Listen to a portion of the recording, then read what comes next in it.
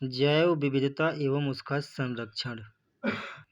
जैव विविधता शब्द का पहली बार प्रयोग 1985 में डब्ल्यू.जी. रोजेन द्वारा किया गया। डब्ल्यू.जी. रोजेन द्वारा जैव विविधता शब्द का पहली बार प्रयोग किया गया। जैविक विविधता का सर्वप्रथम प्रयोग 1968 में रेमंड एफ. दशमान द्वारा किया गया। Raymond F. दशमान द्वारा सर्वप्रथम जैविक विविधता शब्द का प्रयोग 1968 में किया गया। तो सर्वप्रथम जैव विविधता शब्द का प्रयोग किसने किया? डब्ल्यू.जी. रोजेन ने 1985 में। जैविक विविधता का इस शब्द का प्रयोग रेमंड एफ. दशमान ने 1968 में किया। जैव विविधता का भंडार उपमा किस भौगोलिक क्षेत्र को प्रदान किया गया है? तो उष्णकटिबंधीय वर्षा वन को। उष्णकटिबंधीय वर्षा वन। जैव विविधता का भंडार उपमा किस भौगोलिक क्षेत्र को प्रदान किया गया? उष्णकटिबंधीय वर्षा वन। प्रवाल मूंगा किस संघ के जीव हैं? तो सिलेंट्रेटा संघ के हैं। प्रवाल या जिसे मूंगा कहते हैं, ये सिलेंट्रेटा संघ के जीव हैं।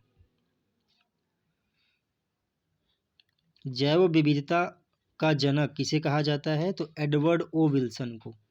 जैव विविधता का जनक एडवर्ड ओ. विल्सन को कहा जाता है। वैश्विक जैव विविधता का कितना प्रतिशत भाग भारत में पाया जाता है? तो 8.1%। वैश्विक जैव विविधता का 8.1% भाग भारत में पाया जाता है। IUCN की रेड डाटा बुक में संकटापन्न जीवों को किस रंग के पृष्ठों पर दर्शाया जाता है? तो गुलाबी पृष्ठों पर। रेड डाटा बुक में गुलाबी पृष्ठों पर संकटापन्न जीवों को दिखाया जाता है। जैव विविधता संधि कब से प्रभावी हुई? तो ये 29 दिसंबर 1993 से प्रभावी हुई। 29 दिसंबर 1993 से जैव विविधता संधि प्रभावित हुई। भारत सरकार ने जैव विविधता अधिनियम कब पारित किया? तो भारत सरकार ने जैव विविधता अधिनियम वर्ष 2002 में पारित किया। विश्व में सर्वाधिक जैव विविधता वाला वन क्षेत्र उष्णकटिबंधीय वर्षा वन क्षेत्र है। सर्वाधिक जैव विविधता वाला क्षेत्र उष्णकटिबंधीय वर्षा वन क्षेत्र। आनुवांशिक च्युति जीवों के किसी जनसंख्या में किसी जीन एलीन की बारंबारता में परिवर्तन आनुवांशिक च्युति कहलाती है। आनुवांशिक च्युति क्या है? जीवों के किसी संख्या में किसी जीन एलील की बारंबारता। जैव विविधता के 3 स्तर होते हैं। जैव विविधता के 3 स्तर होते हैं: आनुवांशिक विविधता, जातीय विविधता और समुदाय या परितंत्र विविधता। अल्फा विविधता। अल्फा विविधता क्या होता है? किसी एक निश्चित क्षेत्र के समुदाय या परितंत्र में उपस्थित प्रजातियों की कुल संख्या। किसी एक निश्चित क्षेत्र के समुदाय या पारितंत्र में उपस्थित प्रजातियों की कुल संख्या को अल्फा विविधता कहा जाता है। बीटा विविधता किसे कहते हैं? तो किसी क्षेत्र विशेष में उपस्थित प्रजातियों की संरचनात्मक विविधता को बीटा विविधता कहते हैं। प्रजातियों के आवागमन की दर को, अर्थात किसी भौगोलिक क्षेत्र के भीतर किसी एक वास स्थान में प्रजातियों के प्रवेश व निकास की दर को प्रदर्शित करता है।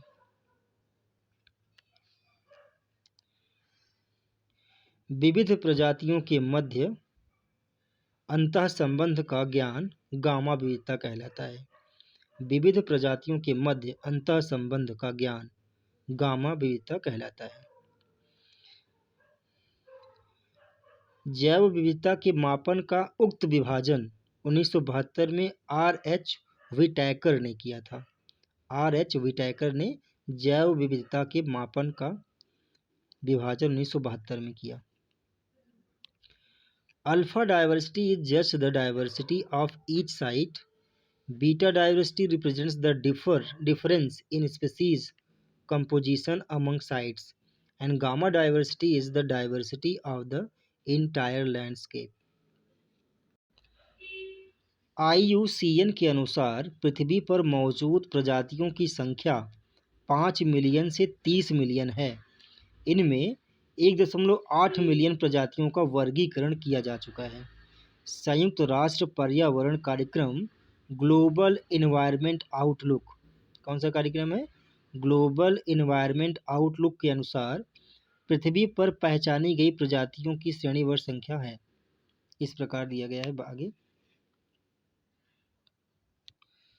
शीर्ष 5 जैव विविधता वाला देश। पहले पे है ब्राज़ील। ब्राज़ील में सबसे ज़्यादा जैव विविधता पाई जाती है। दूसरे पे है कोलंबिया और तीसरे पे है इंडोनेशिया। इस श्रेणी में भारत का 8वां स्थान है। जैव विविधता वाले देशों में भारत का 8वां स्थान है। पहले पे ब्राज़ील, दूसरे पे कोलंबिया, तीसरे पे इंडोनेशिया है। उष्णकटिबंधीय वर्षा वन यहाँ पे अनुकूल परिस्थितियाँ पाई जाती हैं, जिसके कारण इसे जैव विविधता का भंडार कहा जाता है। उष्णकटिबंधीय वर्षा वन को क्या कहा जाता है? जैव विविधता का भंडार कहा जाता है। यहाँ पर विश्व के 13% भूभाग पर यह विश्व के 13% भूभाग पर विस्तीर्ण है, परंतु यहाँ पर संसार की 50% से अधिक ज्ञात स्पीशीज विद्यमान है। 50% से भी ज़्यादा स्पीशीज है और 13% भूभाग है पूरे वन क्षेत्र का विश्व के।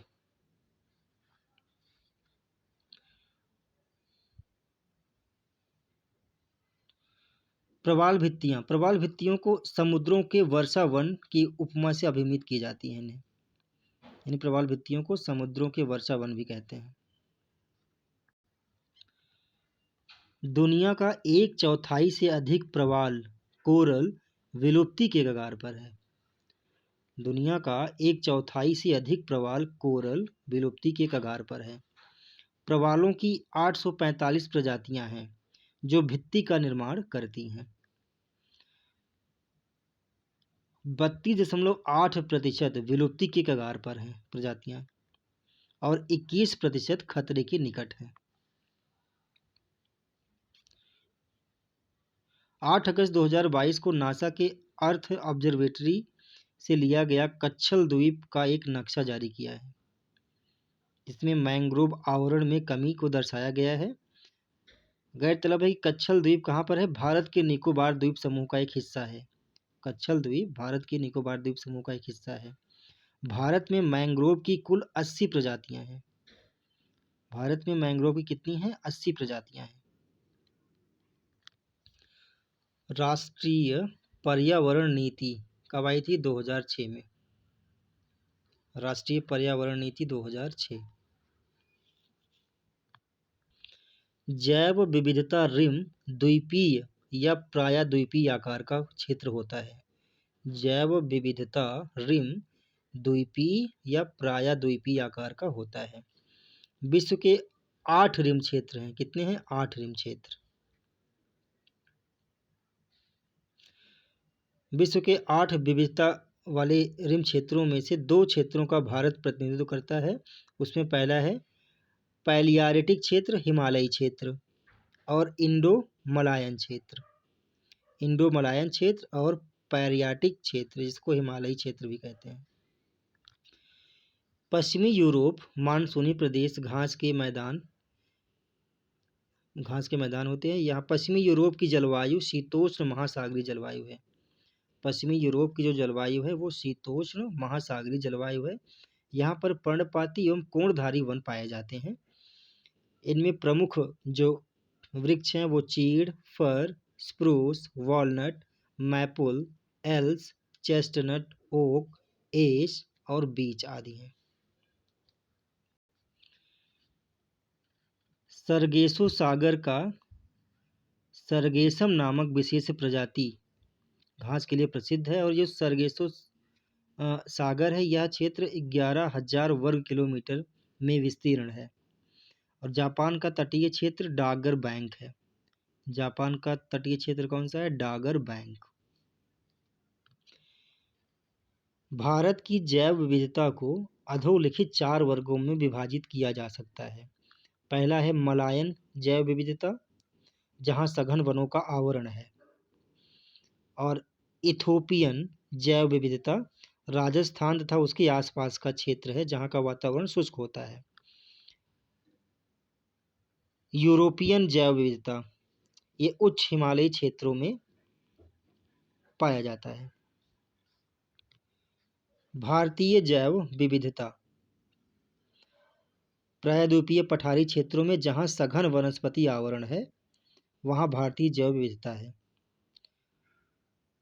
भारत की जैव विविधता को क्षेत्र के आधार पर 3 वर्गों में विभाजित किया गया है। पहला है हॉटस्पॉट, दूसरा है समुद्री जैव विविधता क्षेत्र और तीसरा है जैव भौगोलिक क्षेत्र। भारत के प्रमुख हॉटस्पॉट क्षेत्र हैं इंडो बर्मा क्षेत्र, हिमालयन क्षेत्र, पश्चिमी घाट एवं श्रीलंका और सुंडालैंड। जैव भौगोलिक क्षेत्र, जैव भौगोलिक क्षेत्र में ट्रांस हिमालयन, मरुस्थल और दक्कन प्रायद्वीपीय क्षेत्र। दक्कन प्रायद्वीपीय क्षेत्र किस में आएगा? जैव भौगोलिक क्षेत्र में आएगा। नई खोजी गई प्रजातियों में 22% पश्चिमी घाट में पाए गए हैं। जो नई प्रजातियां खोजी गई हैं वनस्पतियों की, उसमें 22% पश्चिमी घाट में है। पूर्वी हिमालय एवं पूर्वोत्तर के राज्यों में 15% नई प्रजातियां पाई गई हैं। हॉटस्पॉट या संवेदनशील स्थल, इन शब्दों का सर्वप्रथम प्रयोग प्रसिद्ध ब्रिटिश पारिस्थितिकीविद नॉर्मन मायर्स ने 1988 में किया था। हॉटस्पॉट शब्द का प्रयोग किसने किया था? नॉर्मन मायर्स, जो कि ब्रिटिश पारिस्थितिकीविद हैं। इन्होंने 1988 में किया। उन्होंने स्पष्ट किया कि जहां स्थानीय जातियों की अनुपातिक दृष्टि से अधिकता पाई जाती है वहां उच्च दर से आवास में विनाश हो रहा है। होप स्पॉट समुद्री संवेदनशील क्षेत्र। होप स्पॉट क्या है? समुद्री संवेदनशील क्षेत्र। समुद्री सुरक्षा की दृष्टि से संवेदनशील क्षेत्रों को होप स्पॉट की संज्ञा दी गई है। इस अवधारणा के जनक हैं सिल्विया अर्ल। होप स्पॉट के जनक कौन है? Sylvia earl.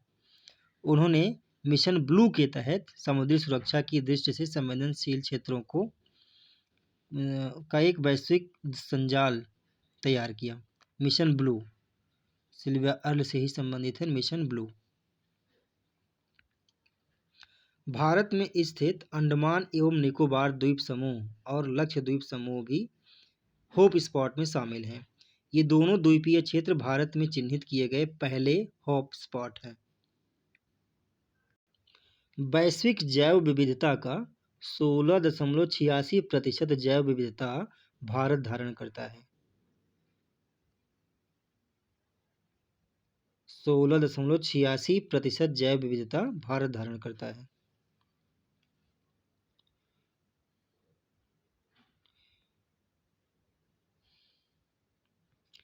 हिमालयन क्षेत्र का जो हॉटस्पॉट है वो भारत, भूटान और नेपाल में फैला हुआ है, जिसमें भारत 44.4% भूभाग पर भारत में हॉटस्पॉट है।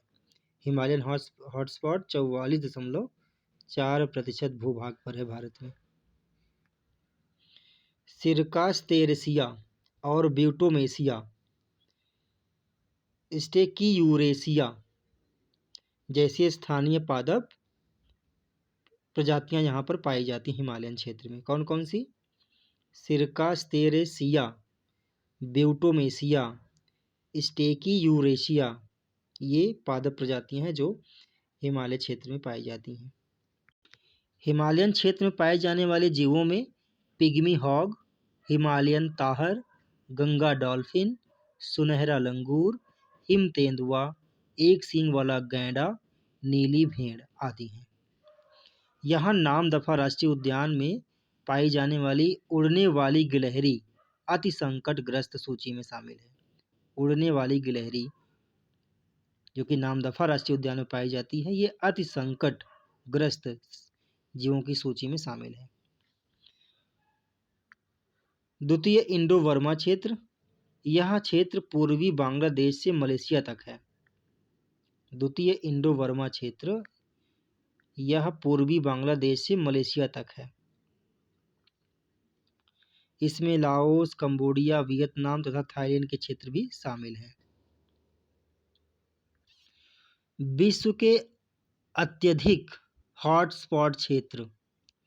विश्व के अत्यधिक हॉटस्पॉट क्षेत्रों की संख्या 8 है और ये हैं Madagascar, Philippines, Sundaland, Caribbean, Brazil एवं अटलांटिक क्षेत्र, इंडो बर्मा, पश्चिमी घाट एवं श्रीलंका, तंजानिया, केन्या के तटीय वन एवं पूर्वी आर्क क्षेत्र। फिर से देखते हैं, 8 अत्यधिक हॉटस्पॉट वाले क्षेत्र Madagascar, Philippines, Sundaland, Caribbean, Brazil एवं अटलांटिक क्षेत्र, इंडो बर्मा, पश्चिमी घाट एवं श्रीलंका तथा तंजानिया, केन्या के तटीय वन एवं पूर्वी आर्क क्षेत्र। द्वितीय इंडो बर्मा क्षेत्र में बंदर, लंगूर, गिब्बन पाए जाते हैं और यहाँ ताजे पानी के कछुए भी पाए जाते हैं। ताजे पानी के कछुए। अदरक यहाँ की स्थानिक प्रजाति है। अदरक यहाँ की स्थानिक प्रजाति है। पश्चिमी घाट की जो लंबाई है ताप्ती नदी के मुहाने से लेकर कुमारी अंतरीप तक 1600 किलोमीटर है। पश्चिमी घाट की लंबाई ताप्ती नदी के मुहाने से लेकर कुमारी अंतरीप तक 1600 किलोमीटर तक है और इसकी चौड़ाई 100 किलोमीटर, पूर्व से पश्चिम के बीच में 100 किलोमीटर तक इसकी चौड़ाई है और इसके पहाड़ियों का कुल क्षेत्रफल है 1,60,000 वर्ग किलोमीटर और औसत ऊंचाई यहाँ की है 1200 मीटर से लेकर 1200 मीटर इसकी औसत ऊंचाई है। 1200 मीटर या 3900 फीट। यहाँ पर जो चट्टानें पाई जाती हैं वो बैसाल्ट एवं लैटेराइट हैं। पश्चिमी घाट को स्थानिक रूप से सह्याद्री पर्वत चोटी कहा जाता है। पश्चिमी घाट को स्थानिक रूप से क्या कहा जाता है? सह्याद्री पर्वत चोटी।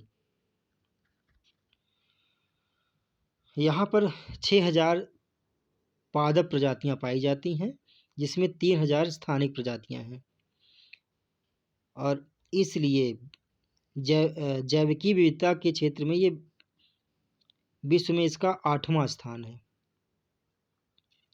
8वां स्थान है विश्व में। यहाँ पर 2 जैव संरक्षित क्षेत्र हैं और 13 राष्ट्रीय उद्यान हैं। पश्चिमी घाट जैविक हॉटस्पॉट क्षेत्र भी है। पश्चिमी घाट जो है वो जैविक हॉटस्पॉट क्षेत्र भी है। इसे जाति बहुलता, स्थानिकता एवं आशंका बोध के आधार पर हॉटस्पॉट घोषित किया गया है। पश्चिमी घाट में स्थित नीलगिरी बायोस्फीयर रिजर्व का क्षेत्र 5520 वर्ग किलोमीटर है। नीलगिरी बायोस्फीयर रिजर्व का क्षेत्रफल कितना है? 5520 वर्ग किलोमीटर। पश्चिमी घाट की सर्वोच्च चोटी अनाईमुड़ी शिखर है। पश्चिमी घाट की सर्वोच्च चोटी कौन सी है? अनाईमुड़ी शिखर। पश्चिमी घाट के 37% यानी कि 60,000 वर्ग किलोमीटर को पारिस्थितिक रूप से संवेदनशील क्षेत्र घोषित किया गया है। 2011 में माधव गाडगिल समिति एवं 2013 में के कस्तूरी रंगन कमेटी गठित हुई थी पश्चिमी घाट के पारिस्थितिकी के संरक्षण के लिए। 2011 में माधव गाडगिल समिति और 2013 में के कस्तूरी रंगन कमेटी बनी थी।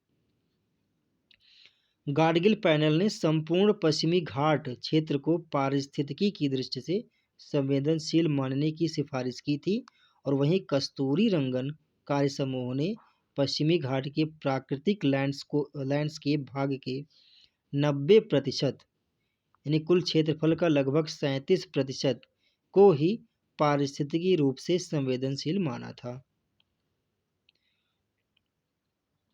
पश्चिमी घाट के इडुक्की जिले में स्थित संथानपारा क्षेत्र के कालीपारा पहाड़ियों में नील कुरंजी पौधे की 6 किस्मों की पहचान की गई है। पश्चिमी घाट के इडुक्की जिले में संथानपारा क्षेत्र के कालीपारा पहाड़ियों में नील कुरंजी पौधे की किस पौधे की? नील कुरंजी पौधे की 6 किस्मों की पहचान की गई है। तृतीय पश्चिमी घाट एवं श्रीलंका क्षेत्र।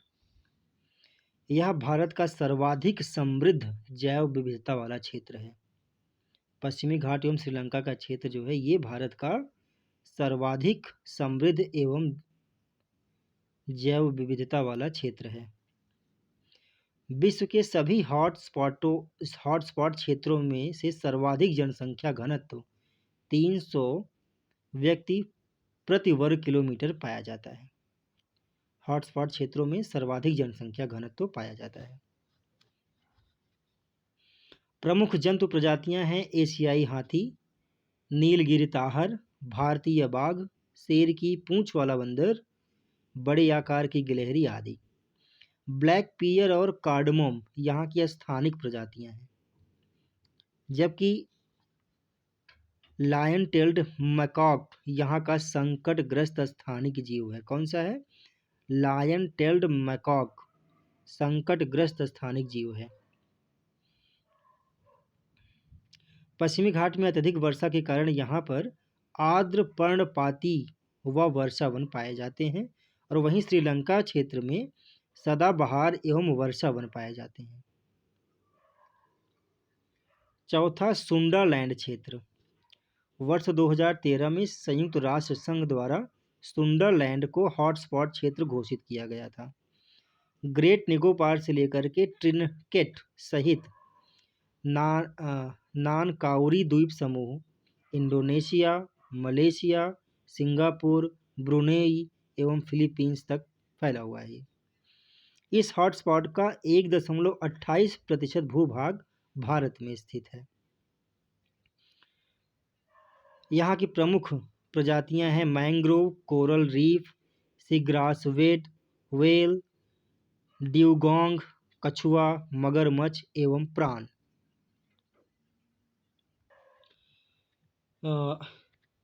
विश्व के समस्त वनस्पति प्रजाति में से लगभग 47,000 प्रजातियां भारत में पाई जाती हैं। यानी कि विश्व में जितनी वनस्पति प्रजातियां हैं उनमें 47,000 प्रजातियां भारत में पाई जाती हैं। जैव विविधता की दृष्टि से भारत को कुल 10 भौगोलिक क्षेत्रों में विभक्त किया गया है। जैव विविधता की दृष्टि से भारत को कुल 10 जैव भौगोलिक क्षेत्रों में विभक्त किया जाता है। पहला, ट्रांस हिमालयन क्षेत्र।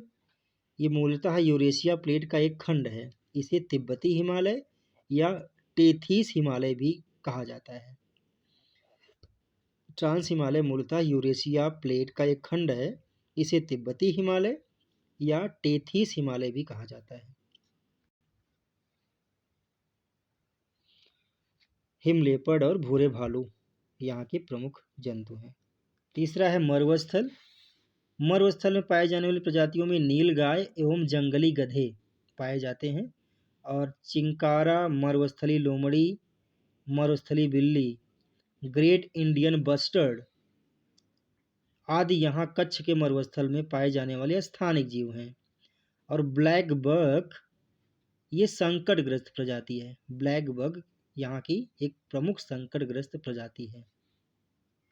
अगर पश्चिमी घाट की बात करें तो पश्चिमी घाट में आर्द्र पर्णपाती वन पाए जाते हैं।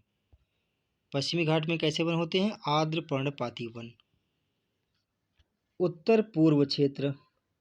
तो उत्तर पूर्व क्षेत्र में बांस, जैकफ्रूट व टूना चेस्टनट प्रचुर मात्रा में पाए जाते हैं।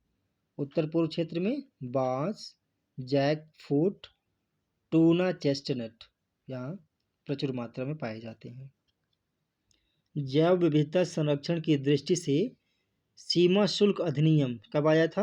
1962 में। सीमा शुल्क अधिनियम 1962 में आया था। भारतीय वन अधिनियम 1927 में आया था। भारतीय वन अधिनियम कब आया था? 1927 में। भारतीय कहवा अधिनियम 1942 में आया था। भारतीय कहवा अधिनियम 1942 में। रबर अधिनियम आया था 1947 में। रबर अधिनियम, उत्पादन एवं विपणन से संबंधित रबर अधिनियम 1947 में आया था। और चाय अधिनियम आया था 1953 में। चाय अधिनियम कब आया था? 1953 में। अगर हम द्वीपीय क्षेत्र की बात करें तो द्वीपीय क्षेत्र में 572 द्वीप हैं। कितने हैं? 572 द्वीप हैं। द्वीपीय क्षेत्र में 572 द्वीप हैं, जिसमें से 36 द्वीप आवासीय हैं। 572 में से सिर्फ 36 द्वीप ऐसे हैं जहां पे आवास है। सुंडौल हॉटस्पॉट भारत का कौन सा क्षेत्र सम्मिलित है? तो सुंडरलैंड हॉटस्पॉट में भारत का निकोबार द्वीप सम्मिलित है। शेर, पुंछ बंदर, एशियाटिक शेर, जेड्रॉन, कार्सर तथा चिंकारा ये भारत के किस क्षेत्र में पाए जाते हैं? तो ये भारत के क्रमशः पश्चिमी घाट, अर्ध शुष्क क्षेत्र, पश्चिमी घाट, अर्ध शुष्क क्षेत्र, आंध्र प्रदेश एवं भारत के शुष्क मैदानों में पाए जाते हैं। भारत में स्लो लॉरिस कहाँ पर पाए जाते हैं? तो स्लो लॉरिस उत्तर पूर्वी राज्यों असम, अरुणाचल, मेघालय, मणिपुर, नागालैंड, मिजोरम एवं त्रिपुरा में पाया जाता है। यानी कि नॉर्थ ईस्ट में जितने भी राज्य हैं वहां पर क्या पाया जाता है? Slow loris. अंडमान एवं निकोबार के समुद्री जीव जंतुओं में सामान्यतः पाए जाते हैं। तो लवण जल का क्रोकोडाइल, डुगोंग, डॉल्फिन, व्हेल, समुद्री कछुआ आदि ये अंडमान एवं निकोबार के समुद्री जीव हैं। फ्लाइंग फॉक्स अर्थात उड्डयन बुलबुल, जिसे ग्रेटर इंडियन फ्रूट बैट की संज्ञा दी जाती है। क्या है ये? एक चमगादड़ों की एक प्रजाति है। फ्लाइंग फॉक्स जिसे कि उड्डयन वल्गुल या ग्रेटर इंडियन फ्रूट बैट की संज्ञा दी गई है, तो ये चमगादड़ की एक प्रजाति है। दर्द निवारक दवा मार्फिन एवं कैंसर उपचार की दवा टैक्सोल कैंसर उपचार की दवा है। ये इसका निर्माण पादपों से किया जाता है। मार्फिन दर्द निवारक दवा और टैक्सोल से कैंसर उपचार की दवा, ये पादपों से किया जाता है। भारत का जो धर्मशास्त्र है या धर्म साहित्य है, उसकी जो भावना है वो है जीवों पर दया करो, मेरे समान ही जीवन पशुओं में व्याप्त है। भारतीय धर्म साहित्य की भावना क्या है?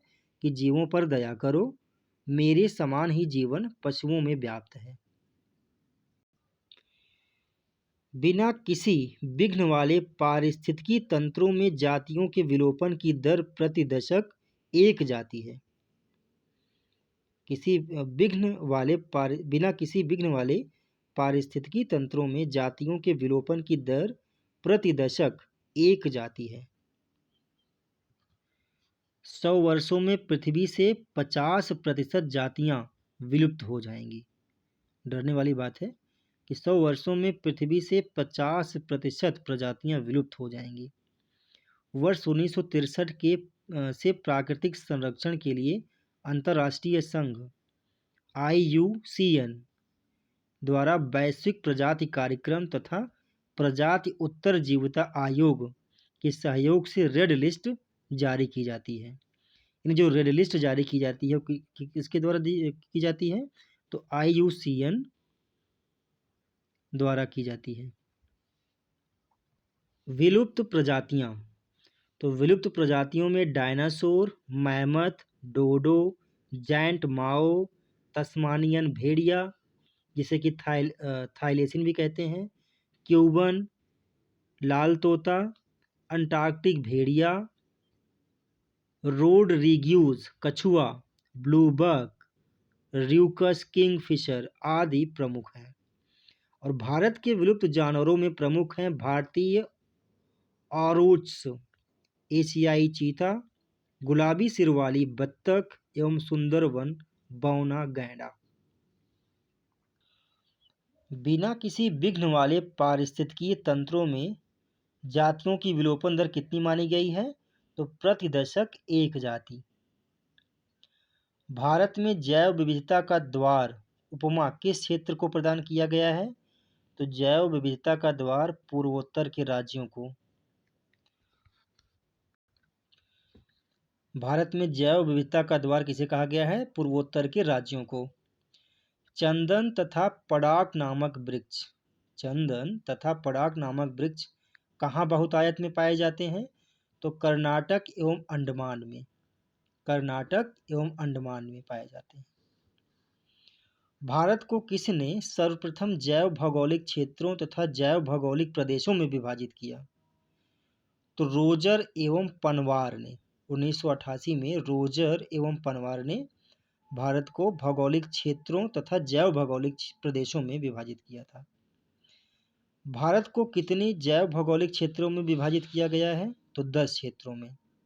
भारत को 10 भौगोलिक क्षेत्रों में विभाजित किया गया है। क्षेत्रफल की दृष्टि से भारत का सबसे बड़ा जैव मंडलीय रिजर्व क्षेत्र कौन सा है? तो कच्छ का रण। कच्छ का रण सबसे बड़ा क्षेत्रफल की दृष्टि से भारत का जैव मंडलीय रिजर्व है। कल्प वृक्ष उपमा किस वृक्ष को प्रदान किया गया है? तो कल्प वृक्ष की उपमा नारियल को दी गई है। नारियल को कल्प वृक्ष के उपमा से जाना जाता है। उड़ने वाली छिपकली जिसे रेको कहा जाता है, भारत में कहाँ पाई जाती है?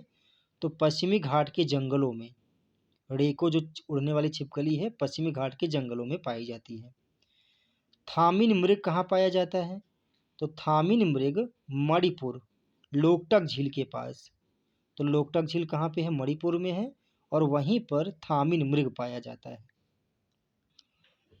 फॉरेस्ट आउलेट, फॉरेस्ट आउलेट ये अति संकटग्रस्त जीव जो है कहाँ पाया जाता है? एमपी और महाराष्ट्र के शुष्क पर्णपाती वनों में। फॉरेस्ट आउलेट ये अति संकटग्रस्त जीव है। जेराडोन कार्सर ये भी अति संकटग्रस्त जीव है। ये मुख्यतः आंध्र प्रदेश का उत्तरी क्षेत्र यहाँ पर पाया जाता है। White valid heron, white valid heron ये अति संकटग्रस्त जीव कहाँ पाया जाता है? अरुणाचल, असम, भूटान और म्यांमार के कतिपय स्थानों पर। ग्रेट इंडियन बस्टर्ड ये पाया जाता है मध्य भारत, राजस्थान, गुजरात, पूर्वी पाकिस्तान में। बंगाल फ्लोरिकन, बंगाल फ्लोरिकन ये भी क्रिटिकल कंडीशन में है। ये अरुणाचल प्रदेश, असम, उत्तर प्रदेश, नेपाल एवं कंबोडिया में पाया जाता है। सोसिएबल लेपिंग, सोसिएबल लेपविंग ये उत्तरी तथा पश्चिमी भारत के भागों में जाड़े में प्रवास करता है। Spoon build sand Piper, spoon build sand Piper ये पश्चिमी बंगाल, उड़ीसा, केरल एवं तमिलनाडु में पाया जाता है। साइबेरियाई क्रेन, तो साइबेरियाई क्रेन ये शरद ऋतु में राजस्थान के केवलादेव राष्ट्रीय उद्यान के आर्द्रभूमि क्षेत्रों में दिखाई देने वाला प्रवासी पक्षी है। पिग्मी हॉग, तो पिग्मी हॉग मानस वन्य जीव अभयारण्य में पाया जाता है। पिग्मी हॉग कहाँ है? मानस वन्य जीवन अभयारण्य।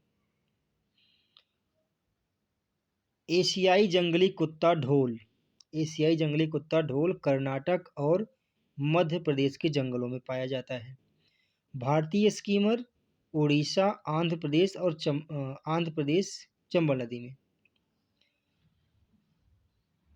हॉक्सी बुल एवं ग्रीन कछुआ, तो हॉक्सी बुल एवं ग्रीन कछुआ कहाँ पाया जाता है? तो भारतीय समुद्री कछुए होते हैं ये।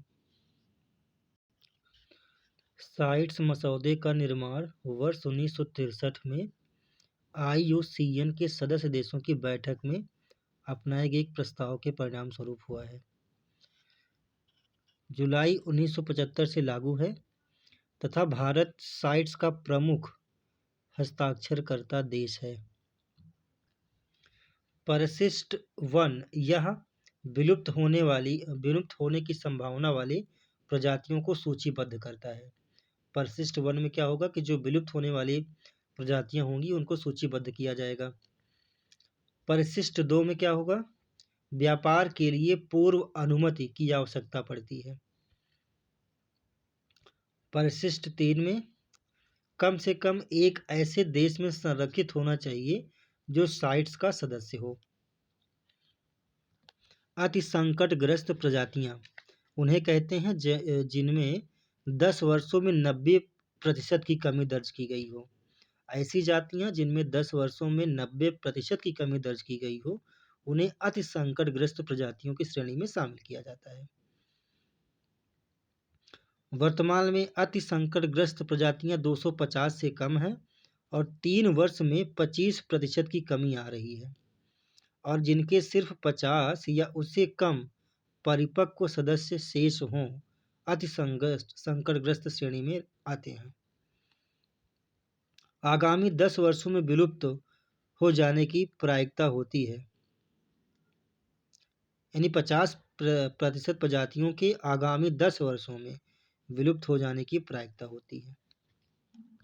संकटग्रस्त प्रजातियां वे होती हैं जिनकी जनसंख्या में विगत 10 वर्षों में 70% की कमी हुई हो। वर्तमान में संकटग्रस्त प्रजातियों की जनसंख्या 2500 से कम है और 5 वर्ष के अंदर 20% की कमी देखी जा रही हो, तथा 250 या उससे कम परिपक्व सदस्य संख्या शेष हो, तो उनको ऐसे जीवों को इस श्रेणी में शामिल किया जाता है। इस श्रेणी के 20 वर्ष में 20% प्रजातियों के विलुप्त होने की संभावना होती है। फॉरेस्ट आउलेट, नीलगिरी ताहर, सुनहरा लंगूर, पेंगोलिन, लाल पांडा, गंगा डॉल्फिन, एशियाई शेर, बंगाल टाइगर, इल्ड का हिरण, तिब्बत का एंटीलोप, मणिपुर का ब्राउ एंटलर डियर, भारतीय बाइसन आदि इस श्रेणी के प्रमुख प्रजातियां हैं।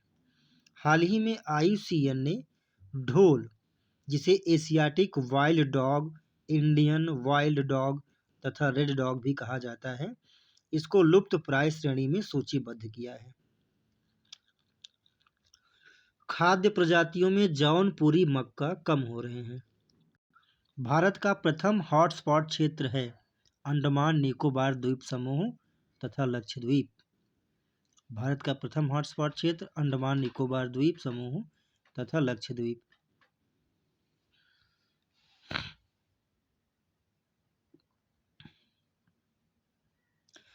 संवेदनशील प्रजातियां वे होती हैं जिनकी संख्या में 10 वर्षों में 50% की कमी हुई हो और वर्तमान में उनकी कुल संख्या 10,000 से कम हो तथा 10 वर्ष में 10% की कमी दर्ज की गई हो, तो उन्हें संवेदनशील प्रजातियां किस श्रेणी में रखेंगे।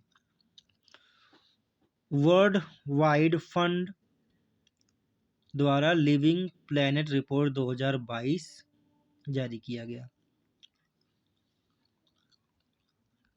मैक्सिको से लाया गया लेंटाना भारत की जैव विविधता के अस्तित्व को गंभीर खतरा पैदा कर दिया है। मैक्सिको से लाया गया मैक्सिको से लाया गया लेंटाना भारत की जैव विविधता के अस्तित्व को गंभीर खतरा पैदा कर दिया है। जैव विविधता के संरक्षण के उपाय: स्वस्थानिक संरक्षण और बाह्य स्थानिक संरक्षण। तो स्वस्थानिक संरक्षण में आते हैं राष्ट्रीय उद्यान, वन्यजीव अभयारण्य, समुदाय एवं संरक्षण आगार, समुद्री संरक्षित क्षेत्र, पवित्र उपवन, जैवमंडल आगार और OECMS means other effective area based major conservation. बाह्य स्थानिक संरक्षण में निम्न तापीय संरक्षण। जिम कॉर्बेट जो कि उत्तराखंड में है, ये 1936 में बना भारत का पहला राष्ट्रीय उद्यान है। जिम कॉर्बेट 1936 में बना भारत का पहला राष्ट्रीय उद्यान है जो कि उत्तराखंड में है। भारत का सबसे बड़ा राष्ट्रीय उद्यान हेमिस सबसे बड़ा राष्ट्रीय उद्यान है। कहाँ पे है? जम्मू कश्मीर लेह जनपद में है सबसे बड़ा राष्ट्रीय उद्यान हेमिस। और सबसे छोटा राष्ट्रीय उद्यान साउथ बटन द्वीप अंडमान निकोबार में है। सबसे छोटा राष्ट्रीय उद्यान बटन द्वीप अंडमान निकोबार द्वीप में है। पहला जिम कॉर्बेट, सबसे बड़ा हेमिस और सबसे छोटा बटन द्वीप। भारत के राष्ट्रीय उद्यानों में आते हैं तो अंशी राष्ट्रीय उद्यान, अंशी राष्ट्रीय उद्यान कर्नाटका में है। अंशी राष्ट्रीय उद्यान कर्नाटका में है। कैंपबेल बे राष्ट्रीय उद्यान, कैंपबेल बे राष्ट्रीय उद्यान कहाँ पे है? अंडमान एवं निकोबार में। मांडला प्लांट फोसिल राष्ट्रीय उद्यान, मांडला प्लांट फोसिल राष्ट्रीय उद्यान मध्य प्रदेश में है।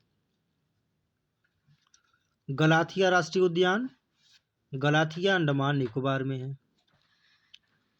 गोविंद पशु विहार उत्तराखंड में है। गोविंद पशु विहार कहाँ पर है? उत्तराखंड में। ग्रेट हिमालय राष्ट्रीय उद्यान कहाँ पे है? ये विश्व धरोहर में भी शामिल है। ग्रेट हिमालय राष्ट्रीय उद्यान विश्व धरोहर में भी शामिल है। ये हिमाचल में है, हिमाचल में। और आते हैं नातांगकी राष्ट्रीय उद्यान, तो नातांगकी राष्ट्रीय उद्यान नागालैंड में है। नातांगकी राष्ट्रीय उद्यान नागालैंड में है। कासु ब्रह्मानंदा रेड्डी राष्ट्रीय उद्यान, कासु ब्रह्मानंदा रेड्डी राष्ट्रीय उद्यान कहाँ पर है? तेलंगाना में। कासु ब्रह्मानंद रेड्डी राष्ट्रीय उद्यान तेलंगाना में है। कुद्रेमुख राष्ट्रीय उद्यान, कुद्रेमुख राष्ट्रीय उद्यान कर्नाटका में है। कुद्रेमुख कर्नाटका। महावीर हरिना वनस्थली राष्ट्रीय उद्यान, महावीर हरिना वनस्थली राष्ट्रीय उद्यान तेलंगाना में है, यानी हरिना तेलंगाना। मथीकेतन शोला राष्ट्रीय उद्यान केरल में है। मथीकेतन शोला केरल। मोल्लम राष्ट्रीय उद्यान, तो मोल्लम गोवा में है, वहां पे मोल्लम होता है गोवा में। मौलिंग राष्ट्रीय उद्यान अरुणाचल प्रदेश में है। मौलिंग राष्ट्रीय उद्यान अरुणाचल में। मृगावानी राष्ट्रीय उद्यान तेलंगाना में है। मृगावानी तेलंगाना में है। संजय राष्ट्रीय उद्यान मध्य प्रदेश में है। संजय कहाँ पे है? मध्य प्रदेश में। और संजय गांधी राष्ट्रीय उद्यान महाराष्ट्र में है। दोनों में अंतर है। संजय राष्ट्रीय उद्यान मध्य प्रदेश में है, अगर संजय में गांधी लग जाएगा तो ये महाराष्ट्र में पहुंच जाएंगे, बगल में ही। यानी संजय और संजय गांधी दोनों आसपास हैं। श्री वेंकटेश्वर राष्ट्रीय उद्यान, तो श्री वेंकटेश्वर राष्ट्रीय उद्यान आंध्र प्रदेश में है। श्री वेंकटेश्वर राष्ट्रीय उद्यान कहाँ पर है? आंध्र प्रदेश में है। वैली ऑफ फ्लावर्स राष्ट्रीय उद्यान, वैली ऑफ फ्लावर्स राष्ट्रीय उद्यान उत्तराखंड में है। वैली ऑफ फ्लावर्स राष्ट्रीय उद्यान उत्तराखंड। बिसोन, जिसे राजबरी भी कहते हैं, बिसोन या राजबरी राष्ट्रीय उद्यान कहाँ पे है? त्रिपुरा में। त्रिपुरा में राजबरी। चंडोली राष्ट्रीय उद्यान, चांडोली राष्ट्रीय उद्यान महाराष्ट्र में है। चांडोली कहाँ पे है? महाराष्ट्र में। क्लाउडेड लियोपार्ड राष्ट्रीय उद्यान, तो क्लाउडेड लियोपार्ड त्रिपुरा में है। खीरगंगा राष्ट्रीय उद्यान, तो खीरगंगा राष्ट्रीय उद्यान कहाँ पर है? हिमाचल प्रदेश में। खीरगंगा राष्ट्रीय उद्यान हिमाचल प्रदेश में है। और आगे बढ़ते हैं। सिंबल बारा राष्ट्रीय उद्यान हिमाचल प्रदेश। सिंबल बारा राष्ट्रीय उद्यान कहाँ पर है? हिमाचल प्रदेश में। और जल्दपाड़ा राष्ट्रीय उद्यान, जल्दपाड़ा पश्चिम बंगाल में है। जल्दपाड़ा राष्ट्रीय उद्यान पश्चिम बंगाल। गिरवन गुजरात एशियाई शेरों के लिए प्रसिद्ध है। गिरवन जो कि गुजरात में है, गिरवन वहाँ पर एशियाई शेरों के लिए प्रसिद्ध है गिरवन। और जल्दपाड़ा पश्चिम बंगाल में काजीरंगा में एक सींग वाला गैंडा के लिए जाना जाता है। जल्दपाड़ा व काजीरंगा, जल्दपाड़ा पश्चिम बंगाल का है, काजीरंगा असम में। ये एक सींग वाले गैंडे के लिए प्रसिद्ध हैं दोनों। साइबेरियन क्रेन नामक प्रवासी पक्षी का आश्रय स्थल है केवलादेव राष्ट्रीय उद्यान, जो कि राजस्थान में है। केवलादेव राजस्थान साइबेरियन क्रेन के लिए। उत्तर प्रदेश का एकमात्र राष्ट्रीय उद्यान दुधवा लखीमपुर खीरी है। उत्तर प्रदेश का एकमात्र राष्ट्रीय उद्यान दुधवा लखीमपुर खीरी में है, जिसे 1968 में वन्यजीव अभयारण्य तथा 1977 में राष्ट्रीय उद्यान बनाया गया। जनवरी 2023 तक भारत में कुल 106 राष्ट्रीय उद्यान हैं। वन्यजीव अभयारण्य, यहाँ पर बिना अनुमति के शिकार करना मना है, लेकिन चराई पशुओं का आना जाना नियमित होता रहता है। अभयारण्य में मानवीय क्रियाकलापों, पर्यटन आदि की अनुमति होती है। वन्यजीव संरक्षण रणनीति 2002 में आई थी। वन्यजीव संरक्षण रणनीति 2002 में। कच्छ की खाड़ी भारत का प्रथम समुद्री पारिस्थितिकी संवेदनशील क्षेत्र MESZ है। समुद्री पारिस्थितिकी संवेदनशील क्षेत्र कच्छ की खाड़ी भारत का प्रथम है।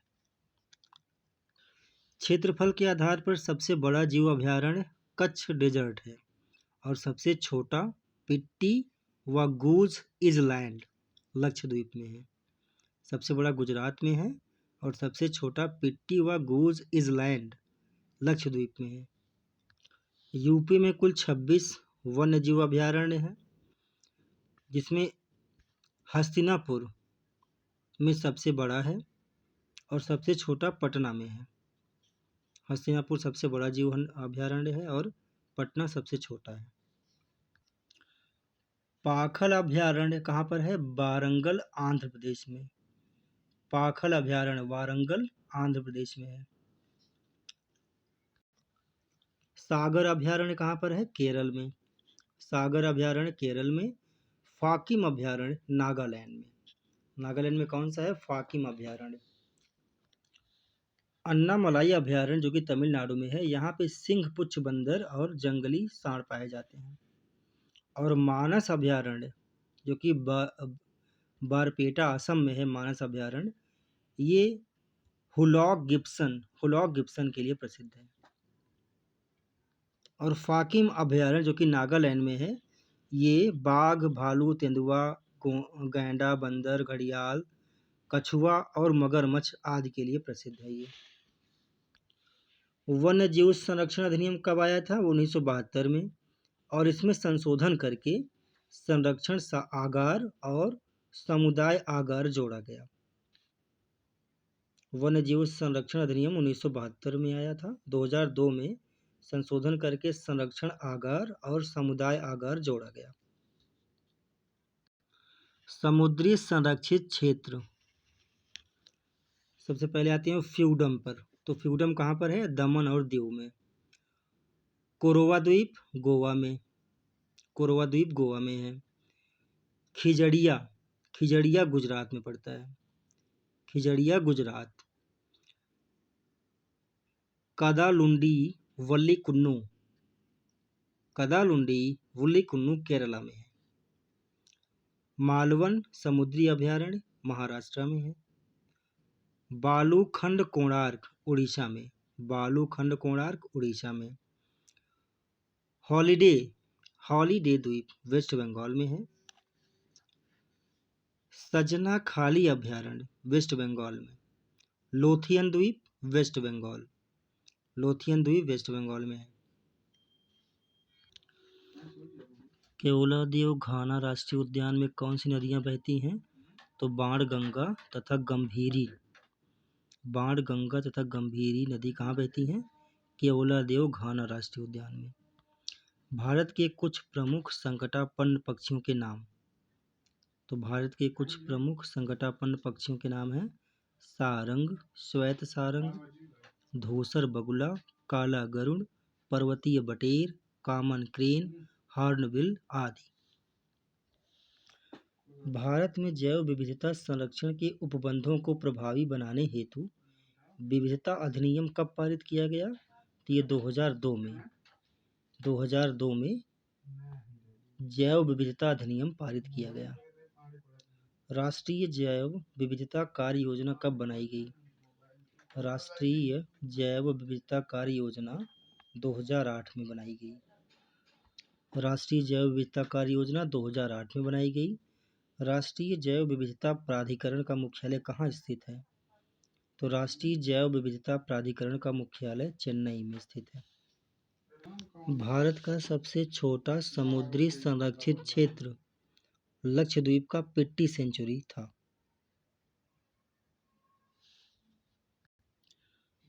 कोल्ड डेजर्ट, जिसे शीत मरुस्थल कहते हैं, कोल्ड डेजर्ट कहाँ पाया जाता है? कोल्ड डेजर्ट, तो कोल्ड डेजर्ट हिमाचल प्रदेश स्थित पिन वैली राष्ट्रीय पार्क और आसपास का क्षेत्र चंद्रताल और सरयू और किब्बर वन्यजीव अभयारण्य यहाँ पर पाया जाता है। कच्छ की खाड़ी भारत का पहला मरीन इको सेंसिटिव, कच्छ की खाड़ी भारत का पहला मरीन इको सेंसिटिव। कच्छ की खाड़ी समुद्री राष्ट्रीय उद्यान के समीप भारत का पहला समुद्री पारिस्थितिकी संवेदनशील क्षेत्र घोषित किया है। विश्व का सबसे बड़ा समुद्री संरक्षण क्षेत्र रॉस सागर है। रॉस सागर विश्व का सबसे बड़ा समुद्री संरक्षण क्षेत्र है। यह घोषणा कौन किया? होबार्ट ऑस्ट्रेलिया में संपन्न commission for the conservation of Antarctic marine living resources द्वारा किया गया है।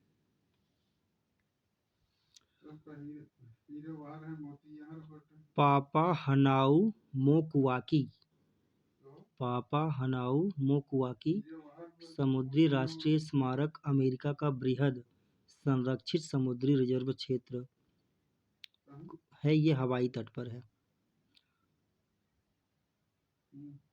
और ये विश्व का दूसरा सबसे बड़ा संरक्षित समुद्री क्षेत्र है। पापाहनाउ मोकुआकी समुद्री राष्ट्रीय स्मारक अमेरिका का है, दूसरा सबसे बड़ा।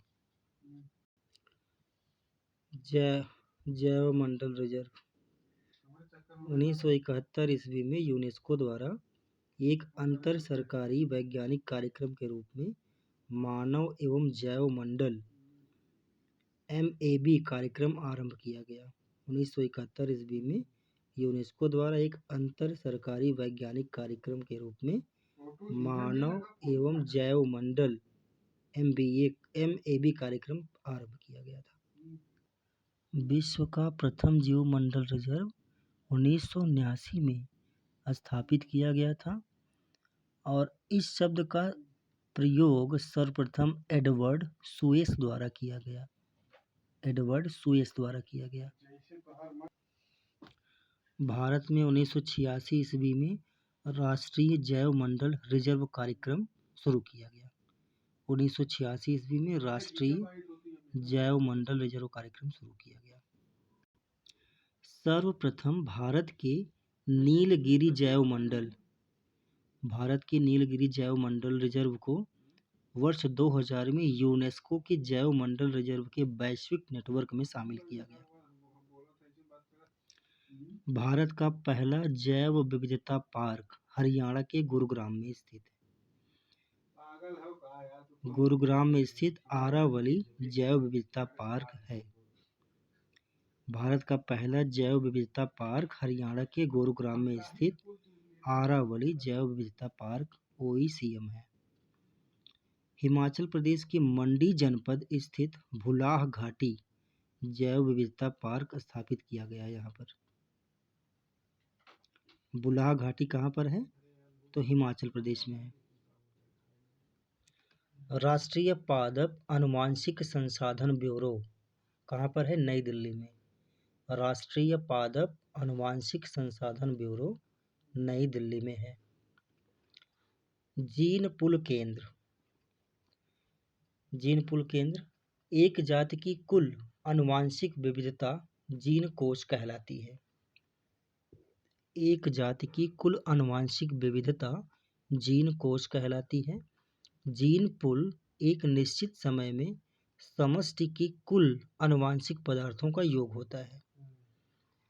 विश्व में जैव विविधता संरक्षण हेतु जीन पूल केंद्र स्थापित किए जा रहे हैं और महत्वपूर्ण प्रजातियों के जीन संरक्षित किए जाते हैं यहाँ पर। निम्न तापीय संरक्षण, यह कोशिका, ऊतक, अंग, बीज एवं आनुवंशिक पदार्थों के संरक्षण हेतु अपनाई जाने वाली एक प्रक्रिया है। इसके तहत पदार्थों को द्रव नाइट्रोजन में निम्न ताप पर रखा जाता है। द्रव नाइट्रोजन। वनस्पति उद्यान, बोटैनिकल गार्डन।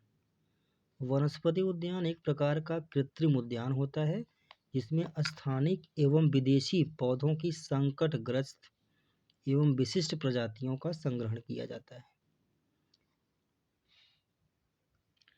भारत का सबसे बड़ा चिड़ियाघर जूलॉजिकल गार्डन अलीपुर, कोलकाता में स्थित है। भारत का सबसे बड़ा चिड़ियाघर जूलॉजिकल गार्डन अलीपुर, कोलकाता में स्थित है। भारत का प्रथम राष्ट्रीय उद्यान जिम कॉर्बेट। भारत का प्रथम राष्ट्रीय उद्यान कौन सा है? जिम कॉर्बेट है। विश्व की कुल कितनी प्रतिशत जंतु प्रजातियां भारत में पाई जाती हैं? तो 6.64%। 6.64% जंतु प्रजातियां भारत में पाई जाती हैं।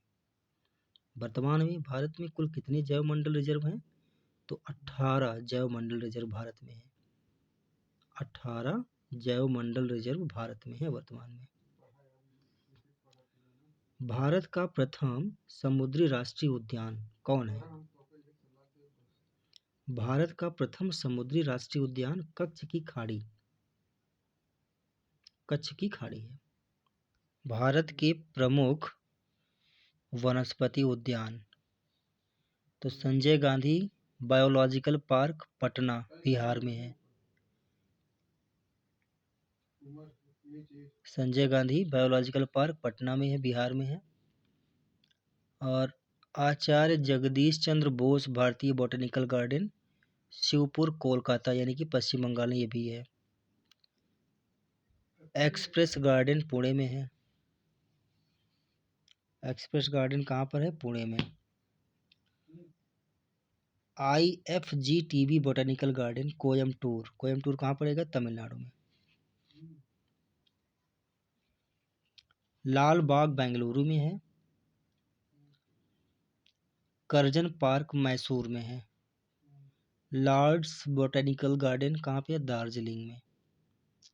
RB botanical garden and amusement park Gujarat में है। गुजरात के अहमदाबाद में है। वेल्लायनी कृषि उद्यान कहाँ पर है? कृषि विद्यालय तिरुवनंतपुरम में है। नरेंद्र नारायण पार्क कहाँ पे है? कूच बिहार में है।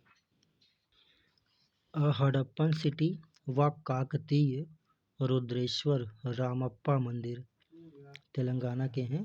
इनको विश्व धरोहर सूची में शामिल किया गया है। किसको? हड़प्पन सिटी व काकतीय रुद्रेश्वर रामप्पा मंदिर तेलंगाना के हैं। इनको विश्व धरोहर सूची में शामिल किया गया है।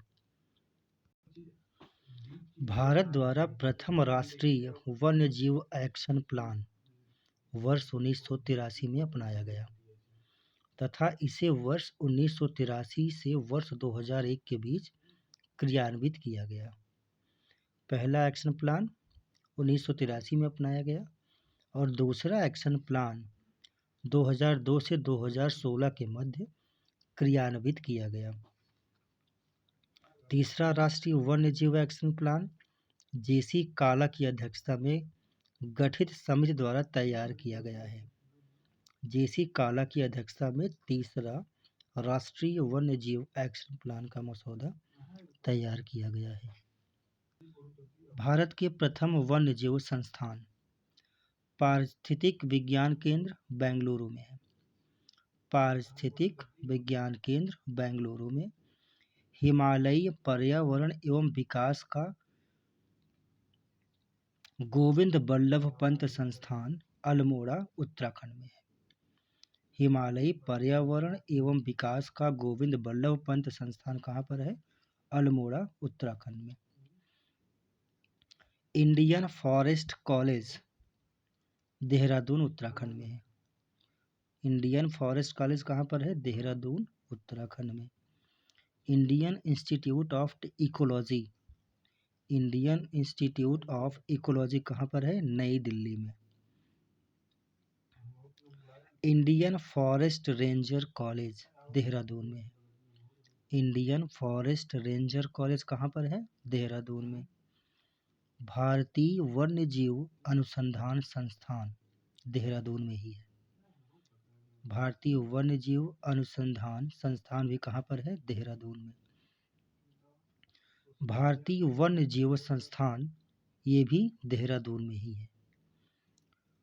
सलीम अली पक्षी विज्ञान तथा प्राकृतिक इतिहास केंद्र, सलीम अली पक्षी विज्ञान तथा प्राकृतिक इतिहास केंद्र कोयम्बटूर तमिलनाडु में है।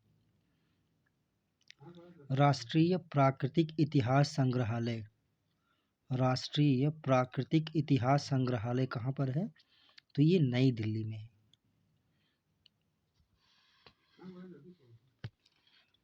बॉम्बे नेचुरल हिस्ट्री सोसाइटी 1983 में बनी थी, ये महाराष्ट्र में है। Bombay natural history society 1883 sorry. Bharat का सबसे विशाल मछली घर रांची झारखंड में है। सबसे विशाल मछली घर कहाँ पर है? रांची झारखंड में। भारत का सबसे विशाल पक्षी उद्यान, तो सबसे विशाल पक्षी उद्यान भरतपुर राजस्थान में है। विश्व का सबसे बड़ा चिड़ियाघर, तो विश्व का सबसे बड़ा चिड़ियाघर क्रूजर दक्षिण अफ्रीका में है। विश्व में सबसे अधिक जंतु संग्रह वाला जंतु विज्ञान, सबसे अधिक जंतु संग्रह वाला जंतु विज्ञान कहाँ पर है? जंतु उद्यान कहाँ पर है? बर्लिन जियोलॉजिकल गार्डन जर्मनी में। यानी कि बर्लिन जियोलॉजिकल गार्डन जो है वहाँ पर सबसे अधिक जंतु हैं। वन्यजीव संरक्षण अधिनियम का संशोधन कब कब किया गया? तो वन्यजीव संरक्षण अधिनियम का संशोधन 1983, 1986 व 1991 में किया गया। 1983, 86 और 1991 में संरक्षण अधिनियम का संशोधन किया गया। केंद्रीय चिड़ियाघर प्राधिकरण की स्थापना कब की गई? तो केंद्रीय चिड़ियाघर प्राधिकरण की स्थापना 1992 में की गई। पेंगुइन नामक पक्षी कहाँ पाया जाता है? अंटार्कटिका में पाया जाता है। प्रमुख पर्यावरणीय अधिनियम, तो वन्य जीव सुरक्षा अधिनियम कब आया था? 1972 में। वन संरक्षण अधिनियम कब आया था? 1980 में। वायु प्रदूषण निवारण और नियंत्रण अधिनियम 1981 में आया था। पर्यावरण सुरक्षा अधिनियम 1986 में आया था। एक बार फिर से देखते हैं। वन्यजीव सुरक्षा अधिनियम 1972 में आया था, इसकी स्थापना हुई थी। वन संरक्षण अधिनियम 1980 में। वायु प्रदूषण निवारण और नियंत्रण अधिनियम 1981।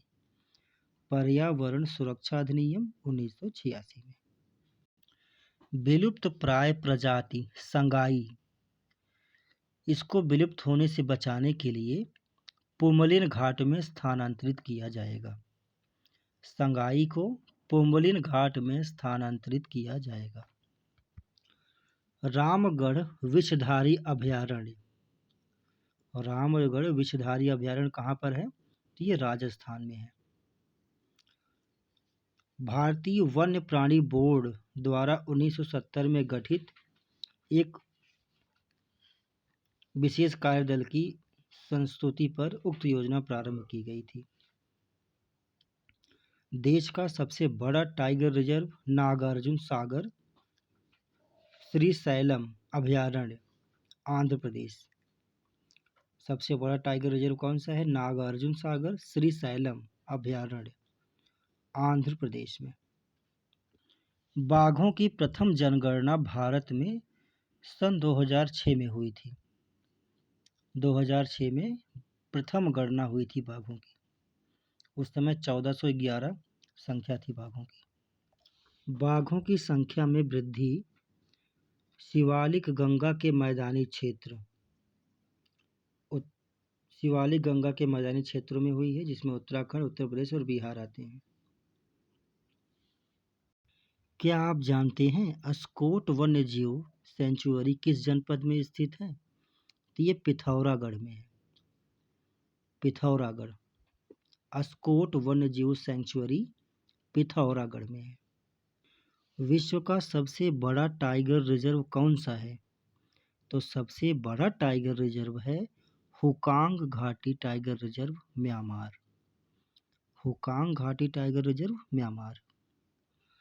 विश्व का पहला बाघ शिखर सम्मेलन वर्ष 2010 में सेंट पीटर्सबर्ग, रूस में आयोजित किया गया था। विश्व का पहला बाघ शिखर सम्मेलन 2010 में पिट्सबर्ग, रसिया में आयोजित किया गया। मध्य प्रदेश के सतना जिले के मुकुंदपुर में विश्व का प्रथम सफेद बाघ रिजर्व का उद्घाटन किया गया। यानी 2016 में सतना जिले के मुकुंदपुर में विश्व का प्रथम सफेद बाघ रिजर्व का उद्घाटन किया गया। भारत के प्रोजेक्ट टाइगर अभयारण्य में कमलांग बाघ अभयारण्य कहाँ पर है? तो अरुणाचल प्रदेश में है। कामलांग बाघ अभयारण्य कहाँ पर है? अरुणाचल प्रदेश में है। और श्री विल्लीपुथुर मेघामलाई तमिलनाडु में है। श्री विल्लीपुथुर मेघामलाई तमिलनाडु में है। रामगढ़ विषधारी अभयारण्य राजस्थान में है। रानीपुर बाघ अभयारण्य चित्रकूट जनपद यूपी में है। ये देश का 53वां बाघ अभयारण्य है। रानीपुर बाघ अभयारण्य 53वां है, यूपी के चित्रकूट में स्थित है। एक्शन टाइगर्स योजना, इसकी शुरुआत सिरिस्का अभयारण्य से शुरू हुई। एक्शन टाइगर्स योजना की शुरुआत सरिस्का अभयारण्य से शुरू हुई। CA/TS यानी कि conservation assured tiger standard, CATS अंतर्राष्ट्रीय संस्था WWF के बाघ एवं संरक्षण क्षेत्र विशेषज्ञों द्वारा विकसित एक स्वैच्छिक व स्वतंत्र योजना है। 13 जून 2016 को हरियाणा के पंचकूला जिले के पिजनौर में एशिया के पहले जिप्स गिद्ध पुनरुद्धार कार्यक्रम की शुरुआत की गई। कहाँ पर? हरियाणा के पंचकूला में। कब? 3 जून 2016 को एशिया के पहले जिप्स गिद्ध पुनरुद्धार कार्यक्रम की शुरुआत की गई। और इसकी शुरुआत पिजनौर के जटायु प्रजनन एवं संरक्षण केंद्र से किया गया। विदर्भ प्राकृतिक इतिहास समिति किस शहर को इको सिटी के रूप में प्रतिष्ठित है? विदर्भ प्राकृतिक इतिहास समिति किस शहर को इको सिटी के रूप में प्रतिष्ठित किया है? तो नागपुर को। नागपुर इको सिटी है। नागपुर इको सिटी के रूप में प्रतिष्ठित है। आदिम वनस्पति विज्ञान इथोनोबॉटनी के जन्मदाता कौन है? हार्सबर्गर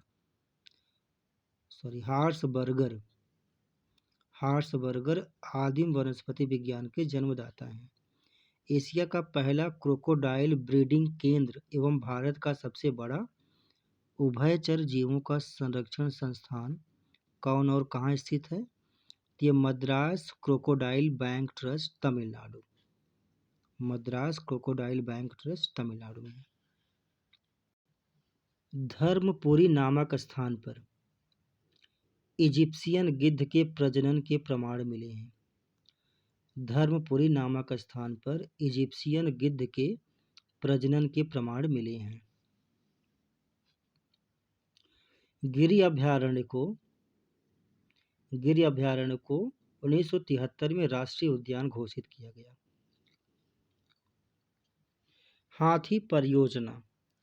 हाथी परियोजना का प्रारंभ वर्ष 1992 में झारखंड के सिंहभूम जिले से किया गया था। हाथी परियोजना का प्रारंभ वर्ष 1992 में झारखंड के सिंहभूम जिले से किया गया था। भारत में हाथी रिजर्व मयूर झरना कहाँ पर है? पश्चिम बंगाल में। सोनितपुर असम में है। सोनितपुर कहाँ पर है? असम में। धनसिरी लुंगडिंग कहाँ पर है? ये भी असम में है। चिरांग रिपू भी कहाँ पर है? असम में है। ईस्टर्न डुवर्स, पूर्वी द्वार कहते हैं, ये भी पश्चिम बंगाल में है।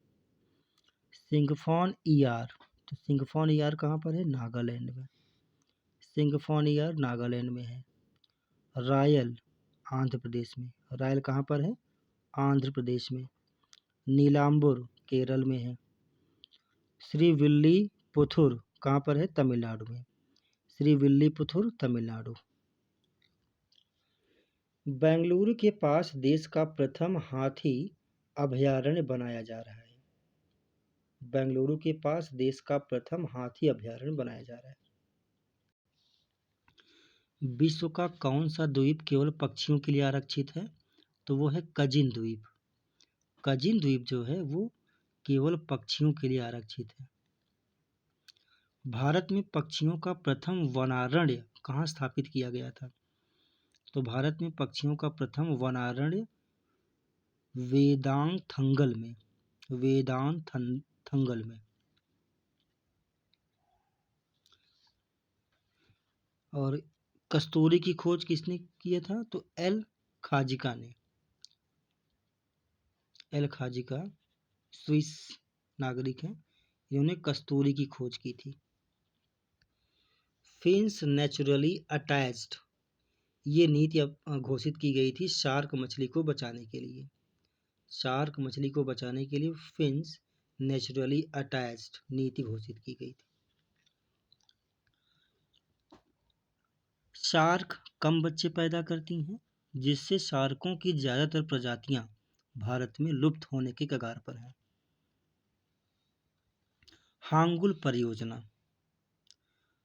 हांगुल यूरोपियन रेंडियर प्रजाति का एक सरल स्वभाव वाला हिरण है।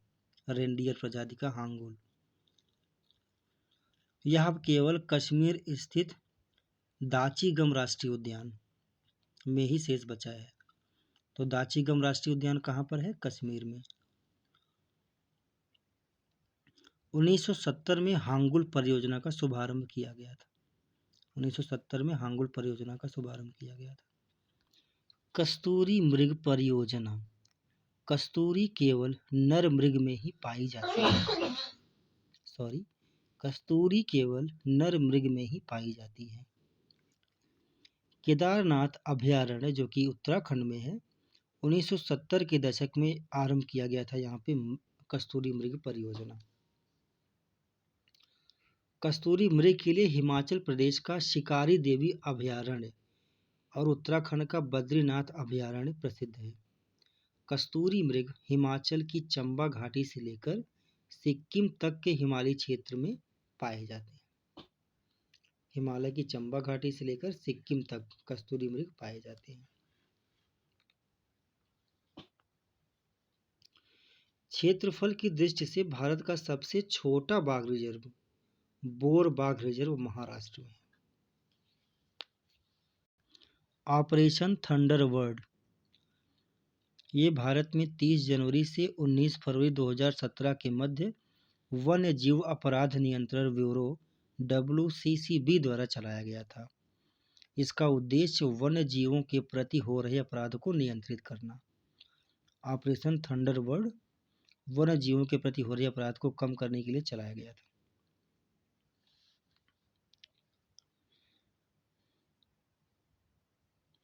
ब्लू मार्मोन को, जो कि एक तितली है, महाराष्ट्र सरकार ने 2015 को राजकीय तितली का दर्जा प्रदान किया।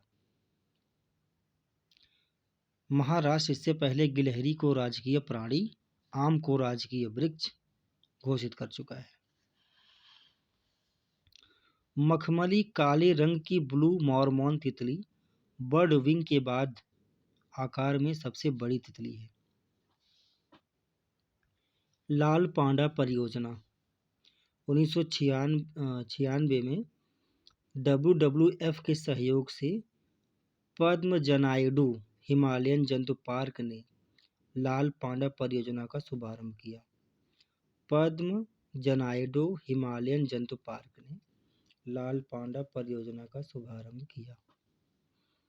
प्रोजेक्ट गोदावड़ द ग्रेट इंडियन बस्टर्ड पक्षी को बचाने के लिए राजस्थान सरकार ने प्रोजेक्ट गोदावड़ अभियान चलाया जैसलमेर से। 1977 में मणिपुर में थामिन परियोजना शुरू की गई। थामिन परियोजना कहाँ शुरू की गई? तो 1977 में मणिपुर में। कछुआ संरक्षण परियोजना,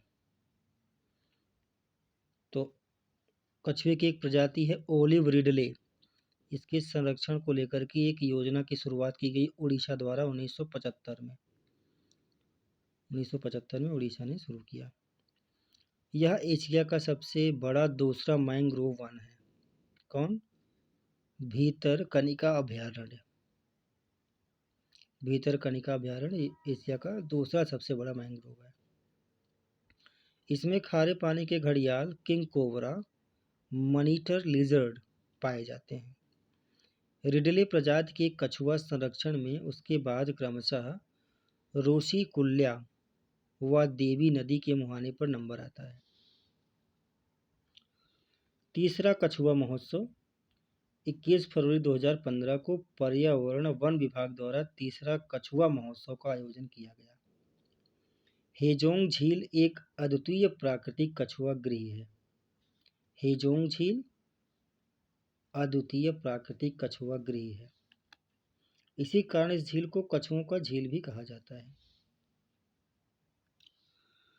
घड़ियाल प्रजनन परियोजना, घड़ियाल की गिरती जनसंख्या को देखते हुए भारत ने 1975 में UNDP की सहायता से ओडिशा के तिकरापाड़ा स्थान से घड़ियाल प्रजनन योजना का शुभारंभ किया। UNDP की सहायता से 1975 में ओडिशा के तिकरपाड़ा स्थान से घड़ियाल प्रजनन योजना का शुभारंभ किया गया। इसका उद्देश्य खारे पानी के मगरमच्छों की संख्या में वृद्धि करना था। इस परियोजना का विस्तार बाद में उत्तर प्रदेश में कुकरैल, जो कि लखनऊ में पड़ता है, वहाँ पर किया गया और बाकी अलग दूसरे क्षेत्रों में भी किया गया है। हाल ही में सुंदरवन में भागवतपुर मगरमच्छ परियोजना काफी चर्चा में रहा। सुंदरवन में भागवतपुर मगरमच्छ परियोजना, इसका कारण था हर्पेटोलॉजी इसका कारण था। मगरमच्छों के संरक्षण के लिए विश्व के सर्वोत्तम तरीकों का इस्तेमाल किया गया।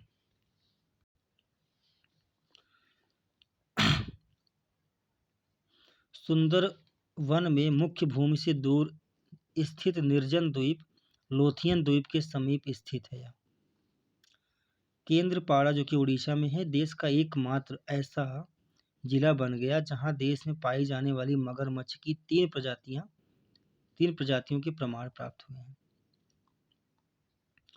मगर का वैज्ञानिक नाम होता है क्रोकोडाइलस पालस्टरिस। खारे पानी का मगरमच्छ इसका होता है क्रोकोडाइल्स पोरोसस। भारत के प्रमुख घड़ियाल संरक्षित क्षेत्र हैं गुंडी राष्ट्रीय उद्यान तमिलनाडु, चंबल वन्यजीव अभयारण्य राजस्थान, भीतरकनिका वन्यजीव अभयारण्य उड़ीसा, नंदकानन वन्यजीव अभयारण्य उड़ीसा, सतकोसिया जार्ज वन्यजीव अभयारण्य उड़ीसा। तराई आर्क योजना, तराई आर्क योजना बाघों के संरक्षण से संबंधित है।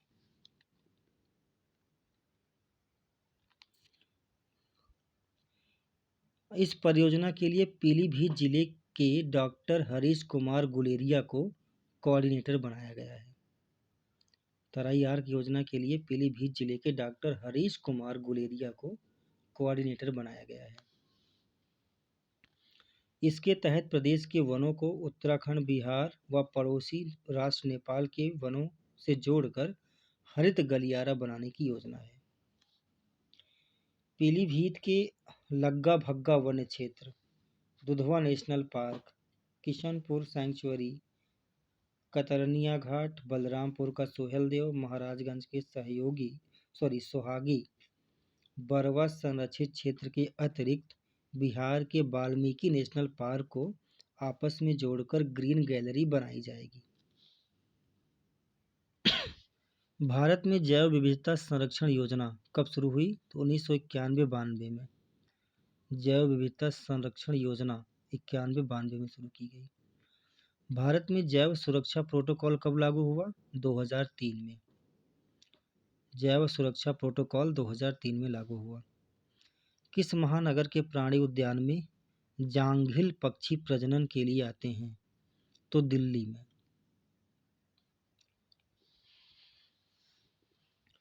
राष्ट्रीय उद्यान की स्थापना कैसे होती है? तो विधानमंडल द्वारा पारित प्रस्ताव से। विधानमंडल प्रस्ताव पारित करता है तब जाकर के राष्ट्रीय उद्यान की स्थापना होती है। अंडमान व निकोबार के उस राष्ट्रीय उद्यान का नाम क्या है जो 15 द्वीपों में फैला हुआ है? तो उसका नाम है मेरीन राष्ट्रीय उद्यान। 15 द्वीपों में फैला हुआ है। बाप रे। भारत के प्रसिद्ध फूलों की घाटी वाला राष्ट्रीय उद्यान क्षेत्र किन पर्वतारोहियों ने खोजा था? तो फूलों की घाटी वाला राष्ट्रीय उद्यान खोजा था फ्रैंक स्माइथ और होल्ड्सवर्थ ने। फ्रैंक स्माइथ और होल्ड्सवर्थ ने। फूलों की घाटी नेशनल पार्क पूर्णतया किस कटिबंध में आता है? तो ये आता है शीतोष्ण अल्पाइन कटिबंध में। काला तेंदुआ ब्लैक पैंथर को मई 2020 में गोवा के नेत्रावली वन्यजीव अभयारण्य में ब्लैक पैंथर की उपस्थिति दर्ज की गई। प्रोजेक्ट ध्रुवीय तेंदुआ।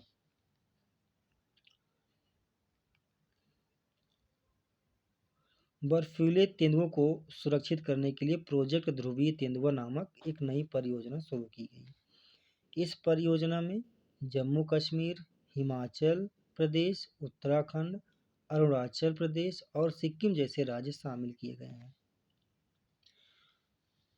देश का पहला डॉल्फिन रिजर्व सुंदरवन के बीच हुगली नदी में जल्द ही देश का पहला सामुदायिक रिजर्व खोला जाएगा। कहाँ पर खोला जाएगा ये रिजर्व? सुंदरवन के बीच हुगली नदी में। गंगा के टाइगर के रूप में जाना जाता है किसे? डॉल्फिन को।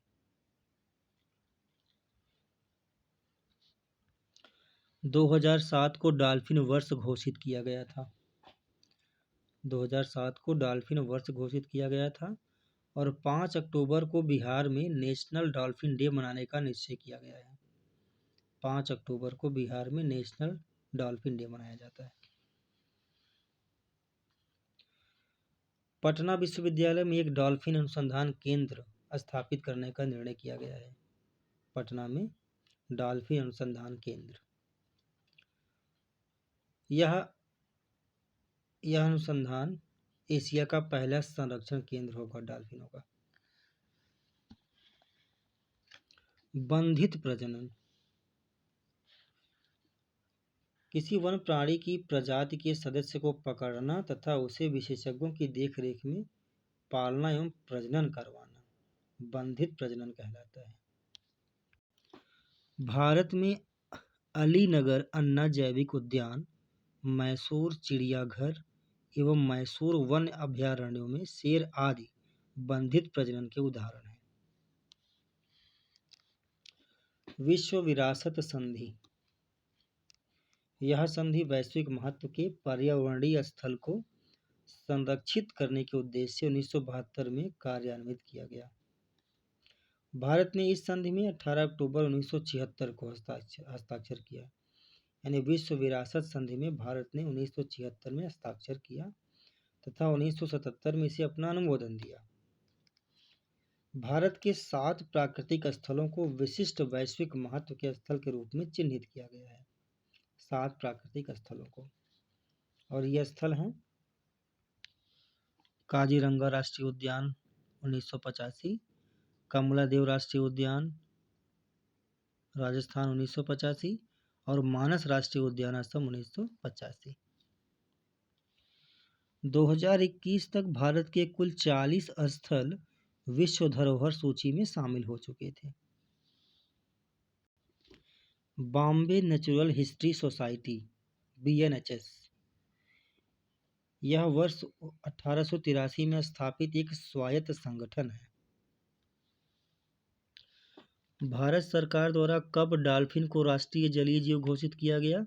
तो 5 अक्टूबर 2009 को राष्ट्रीय जलीय जीव घोषित किया गया भारत सरकार द्वारा 5 अक्टूबर 2009 को।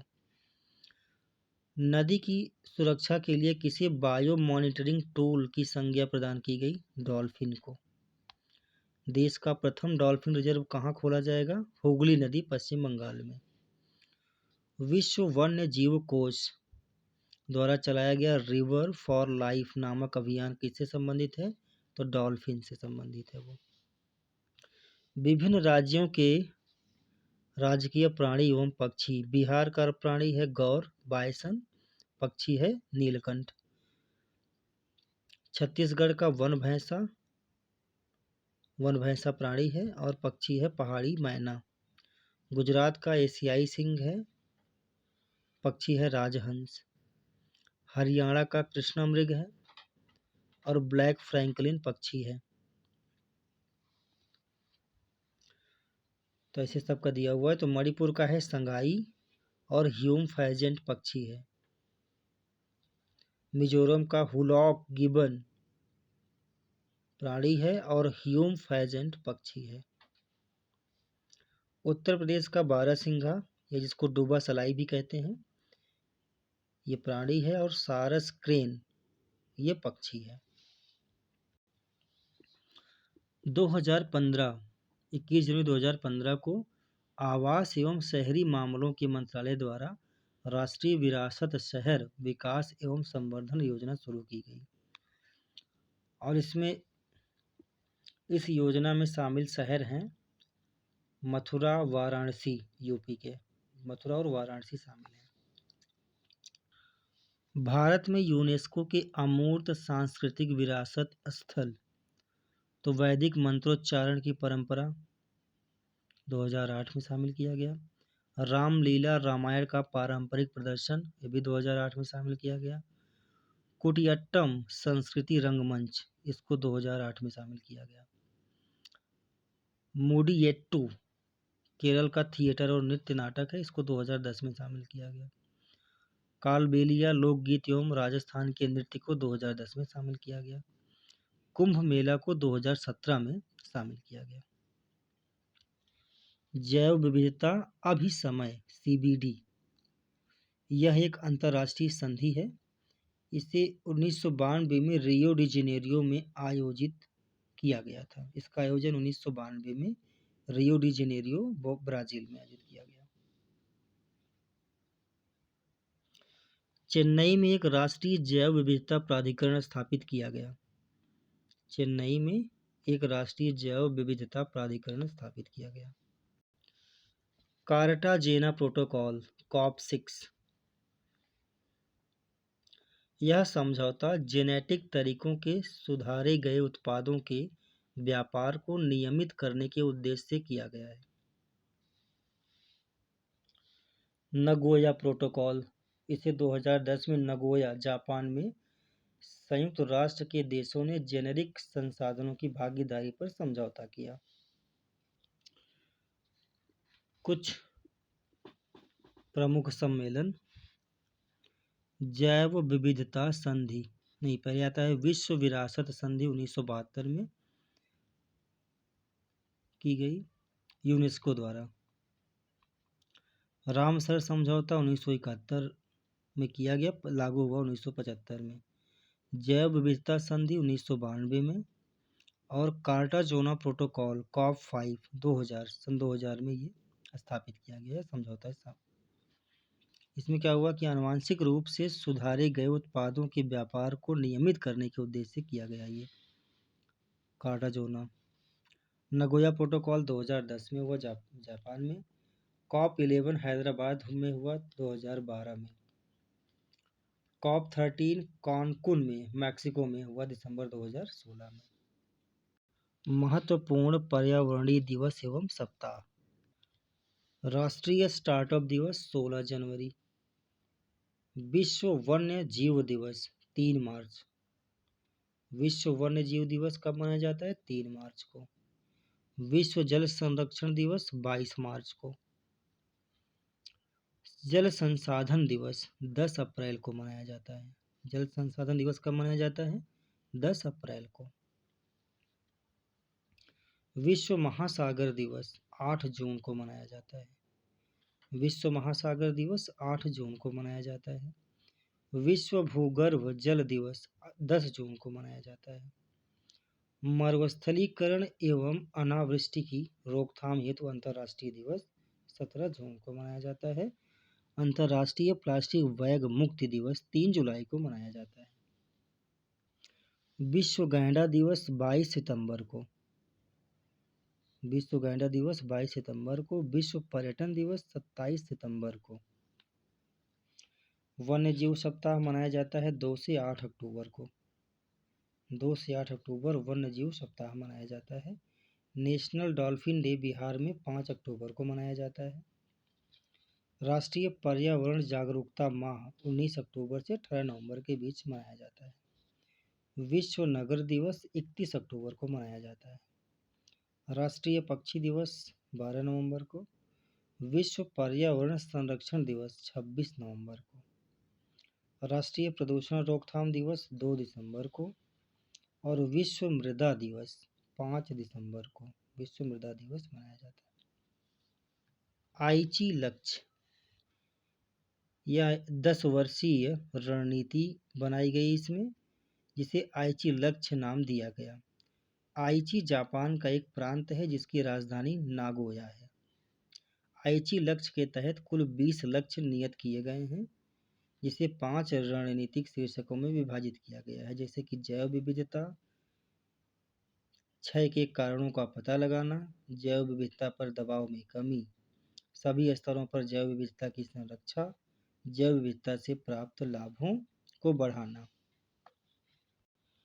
यूएनओ द्वारा घोषित वर्ष या दशक, तो संयुक्त राष्ट्र निर्वहनीय ऊर्जा दशक 2014 से 2024। पारिस्थितिकी तंत्र बहाली पर संयुक्त राष्ट्र दशक 2021 से 2030। 1980 के बाद से प्लास्टिक प्रदूषण 10 गुना बढ़ा है। 1980 के बाद से प्लास्टिक प्रदूषण 10 गुना बढ़ा है।